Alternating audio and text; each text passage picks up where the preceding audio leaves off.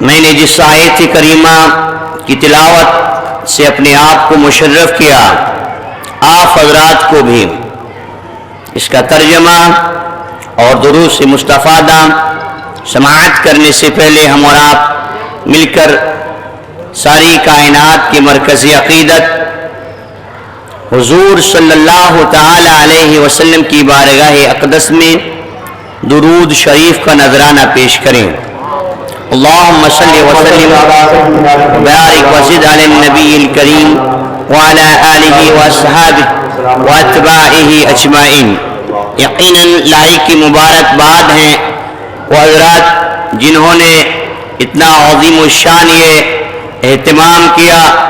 اللہ تبارک و تعالیٰ کی بارگاہ میں دعا ہے بارگاہ اقدس میں شرف قبولیت عطا فرمائے۔ اللہ تبارک و تعالیٰ نے ارشاد فرمایا، خبردار سن لو، الا خبردار سن لو، ان اولیاء اللہ، بے شک اللہ کے اولیاء، اللہ کے دوست، یہ وہ عظیم لوگ ہیں، لا خوف علیہم، انہیں کسی چیز کا خوف نہیں ہوگا، ولا هم یحزنون، اور نہ ہی یہ غمگین ہوئیں گے۔ یہ کون حضرات ہیں؟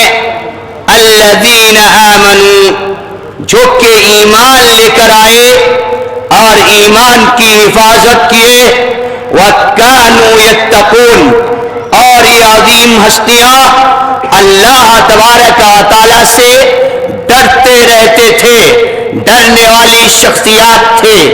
آج ہم اور آپ ساری کائنات کا جائزہ کرتے ہیں۔ پوری دنیا کے اندر تقریباً 196 ممالک ہیں اور اللہ تبارک و تعالیٰ نے تقریباً 18,000 مخلوقات کو پیدا کیا ہے۔ ہر مخلوق دوسری مخلوق سے ڈرتی ہوئی نظر آ رہی ہے۔ اکثر و بیشتر مخلوقات وہ جو ضعیف ہے وہ کبھی سے ڈرتی ہوئی نظر آ رہی ہے۔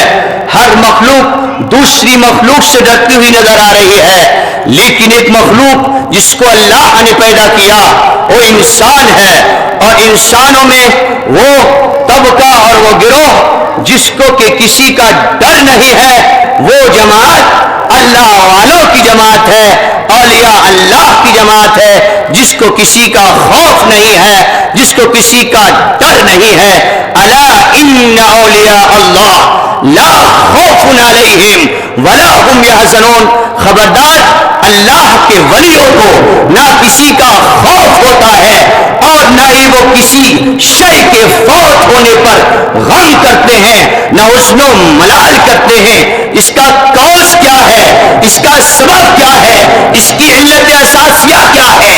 تو بتانا چاہوں گا اختصاری شدید کے ساتھ کہ اس کی علت اساسیہ یہ ہے کہ یہ اولیاء اللہ تبارک و تعالیٰ سے ڈرتے ہیں، اور احادیث مصطفیٰ علیہ السلام کا خلاصہ اور لب الباب یہ ہے، وہ حضرات جو کہ اللہ سے ڈرتے ہیں وہ اللہ تبارک و تعالیٰ ان پہ اپنا خاص کرم فرماتا ہے، تو اللہ تبارک و تعالیٰ دنیا کی ہر شے کا ڈر ان کے دلوں سے نکال دیتا ہے۔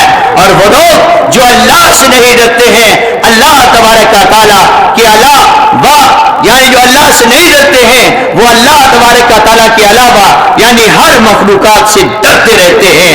وہ جو اللہ سے ڈرتے ہیں اس کے میننگ کیا ہوئے؟ یعنی وہ برے کام نہ کرتے ہیں، وہ اوامر پر عمل کرتے ہیں، نواہی کو ترک کر دیتے ہیں، وہ اوامر و نواہی پر عمل کرتے ہیں، جن کام کے کرنے کا اللہ نے حکم دیا ہے وہ کرتے ہیں، جن سے منع کیا ہے اس سے باز رہتے ہیں۔ یہ اولیاء اللہ کی جماعت ہے، یعنی یہ ایمان لانے کے ساتھ ساتھ اللہ سے ڈرتے ہیں۔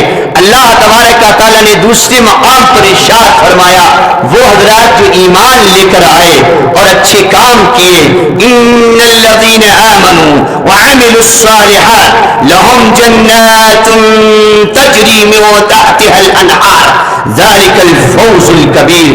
وہ حضرات جو ایمان لے کر آئے اور اچھے اعمال کیے، یعنی ایمان کے ساتھ اچھے اعمال کا ہونا ضروری ہے۔ ایمان یہ اصل ہے، اس کے بغیر اعمال مقبول نہ ہو سکیں گے، لیکن اعمال بھی ضروری ہیں جو کہ ایمان کا ثمرہ ہے، جو ایمان کا پھل ہے۔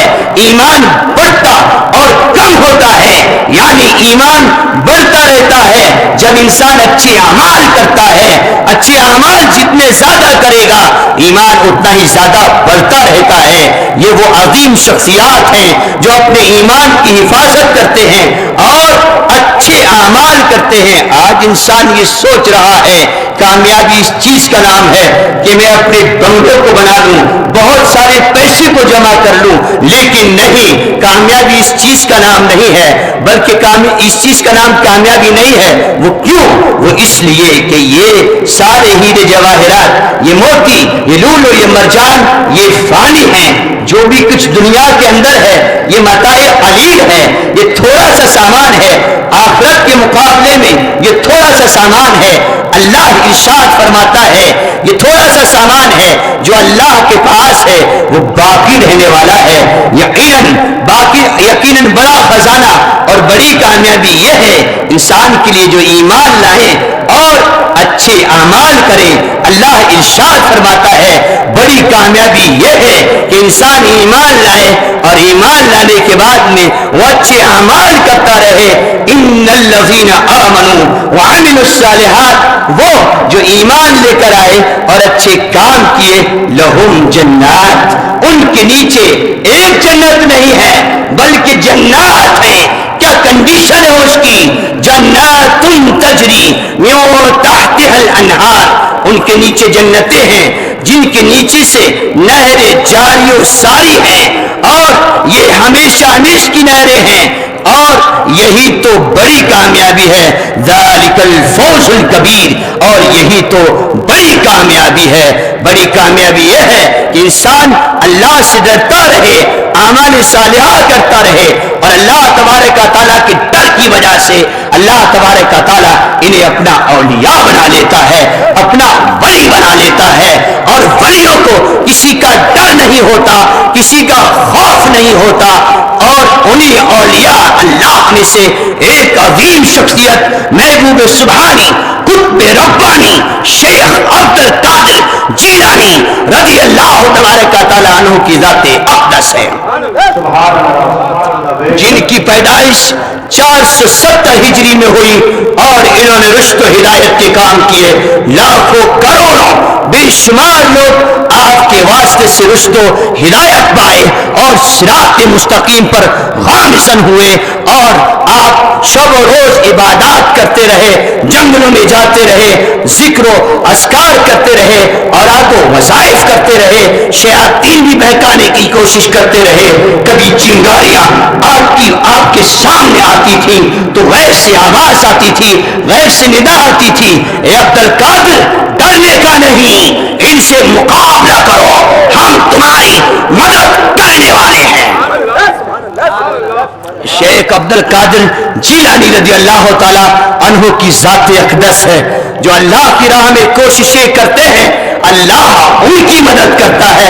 والذین جاہدوا فینا لنہدینہم سبلنا، وہ حضرات جو میری راہ میں کوششیں کرتے ہیں، مجھے پانا چاہتے ہیں، اللہ فرماتا ہے تحقیق در تحقیق، یقیناً ضرور بے ضرور میں انہیں اپنے راہ کی، جنت کی، اپنے قرب کی، ان کے لیے راہوں کو آسان کر دوں گا۔ شیخ عبد القادر جیلانی رضی اللہ تعالیٰ عنہ، ان کو اتنا بڑا جو مرتبہ ملا، یا صحابہ اکرام کو جو بڑا مرتبہ ملا، اس کا سبب کیا تھا؟ اس کا کوز کیا تھا؟ اس کی علت یہ تھی کہ ذالک لمن خشی ربہ، اس کا سبب یہ تھا کہ یہ اللہ تبارک و تعالیٰ سے ڈرنے والے تھے، رضی اللہ عنہم ورضوا عنہ۔ اسی وجہ سے اللہ تبارک و تعالیٰ ان سے راضی ہوا، اور یہ بھی اللہ تبارک و تعالیٰ سے راضی ہو گئے۔ یہ شیخ عبد القادر جیلانی محبوب سبحانی قطب ربانی رضی اللہ تعالیٰ عنہ کی ذات اقدس ہے۔ یہ ڈر کیسے پیدا ہوگا؟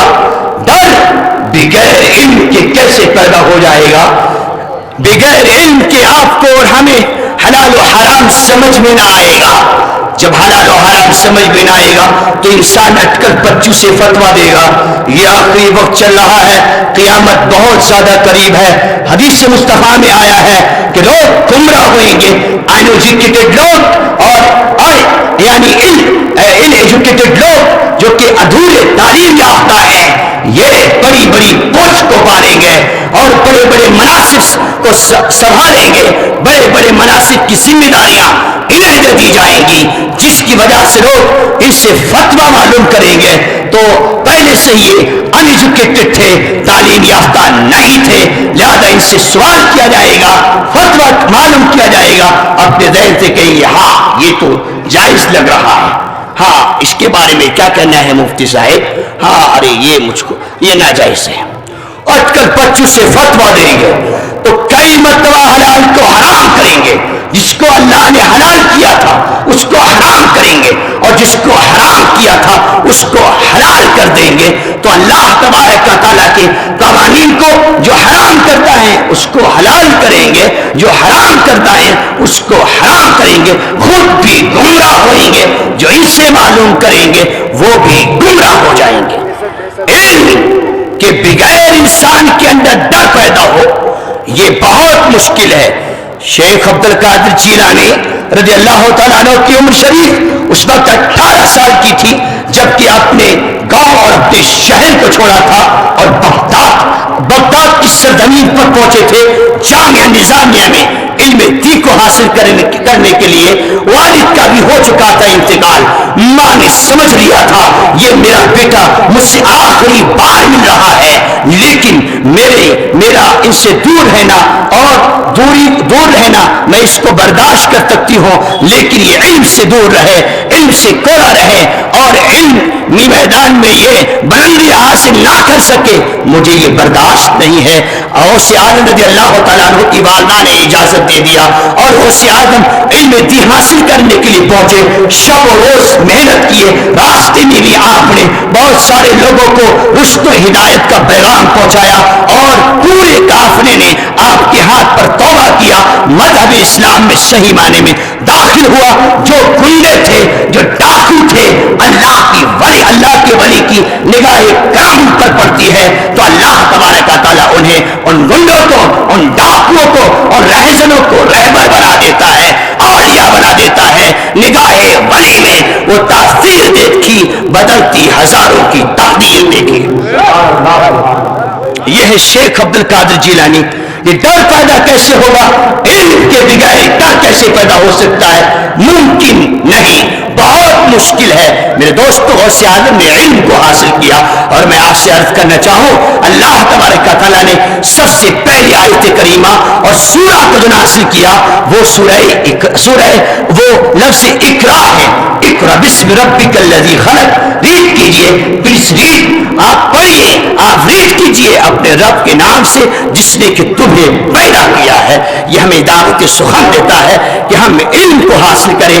آج مسلمین اقلیت میں ہے, اس سے پہلے کا جائزہ لیجئے تو دلت حضرات جو تھے وہ اقلیت میں اور انایجوکیٹڈ تھے, لیکن آج کی ڈیٹ میں بڑا افسوس کے ساتھ مجھے یہ عرض کرنا ہو رہا ہے کہ مسلمین اقلیت میں جاتے ہوئے نظر آ رہے ہیں. تقریباً 90% مسلمین کو قرآن کریم تجوید اور تحسین کے ساتھ پڑھنا نہیں آتا ہے. آج ضرورت ہے علم دین کو حاصل کرنے کے لیے. غوث اعظم نے علم دین کو حاصل کیا ہے, فرماتے ہیں میں نے رات و دن علم دین کو حاصل کیا اور بلندیاں حاصل کر لی. اور ارشاد فرماتے ہیں درست العلم حتی صرت کتبا ونلت السعادہ من مولا الموالی. میں نے شب و روز محنتیں کی ہیں اور محنتیں کر کے اللہ نے مجھے کتب بنا دیا اور میں نے تمام مولاؤں کے مولا یعنی تمام مولا کے مولا اللہ تبارک و تعالیٰ, تمام بادشاہوں کے بادشاہ اللہ تبارک و تعالیٰ کے خزانوں کے میں نے کنجیوں کو حاصل کر لیا ہے. پگھلنا علم کی خاطر مثال شمع زیبا ہے، بغیر اس کے نہیں پہچان سکتے ہم خدا کیا ہے۔ میں اس پروگرام سے اور اس ممبر شریف سے یہ درس دینا چاہوں گا اور یہ عرض کرنا چاہوں گا، اپنے بچوں کو صحیح معنوں میں تجوید کے ساتھ قرآن کریم کو پڑھاؤ۔ یہ عظیم سرزمین ہے دہلی، جس میں بہت اولیاء اللہ گزرے ہیں، اور یہاں پر علامہ مفتی سمر دہلوی رضی اللہ تبارک تعالیٰ عنہ، وہ ایک عظیم شخصیت تھی جس سے ہم اور آپ وابستہ ہیں۔ یہ عظیم بزرگان دین ہیں، ان کی تعلیمات پر عمل کریں۔ ان کی تعلیمات میں سے ہے علم دین کو محنت سے، لگن سے، شوق سے حاصل کرتے رہو۔ اللہ تبارک تعالیٰ ارشاد فرماتا ہے اب حدیث قدسی میں کہ وہ حضرات جو ایمان لے کر آئے، اچھے کام کیے، تو میں نے ان کے لیے وہ عظیم چیزیں منتخب کی ہیں جس حدیث پاک کو، یہ حدیث قدسی ہے، اور حدیث قدسی اسے کہتے ہیں جس کی روایت کرنے والے حضور سرور کائنات علیہ السلام ہوتے ہیں، اور وہ الفاظ اللہ تبارک تعالیٰ کے ہوتے ہیں۔ ابو ہریرہ اس کی روایت کرنے والے ہیں، عن ابی ہریرہ رضی اللہ تعالی عنہ عن النبی صلی اللہ علیہ وسلم قال قال اللہ عز وجل اعددت لعبادی الصالحین ما لا عین رأت ولا اذن سمعت ولا خطر على قلب بشر۔ ہاں، حضور صلی اللہ علیہ وسلم نے ارشاد فرمایا کہ اللہ تبارک تعالیٰ ارشاد فرماتا ہے میں نے اپنے نیک اور صالحین بندوں کے لیے وہ عظیم چیزیں منتخب کی ہوئی ہیں، تیار کی ہوئی ہیں، جس کو کبھی بھی آنکھوں نے نہ دیکھا، جس کے بارے میں کبھی کسی کان نے نہ سنا، اور کسی کے دل پر اس کا احساس آیا ہی نہیں۔ یہ اللہ نے اپنے صالحین بندوں کے لیے منتخب کی ہوئی ہیں۔ ہمیں اور آپ کو چاہیے کہ غوث اعظم رضی اللہ تبارک تعالیٰ عنہ کے فرامین پر عمل کریں، اور محنت سے، لگن سے، استمرار کے ساتھ مسلسل علم دین حاصل کرتے رہیں۔ علم دین حاصل کرنا یہ عظیم عبادت ہے۔ اب فقط خیر صحیح معنوں میں، یہ آخری بات ہے، فقط خیر صحیح معنوں میں یہ دو ہی لوگوں میں باقی رہ گئی ہے، وہ ایک عالم دین ہے اور دوسرا اسلامک اسٹوڈنٹ ہے۔ انہی دو میں خیر باقی رہ گئی ہے۔ لا خیر الا فی اثنین، فی عالم اور متعلم۔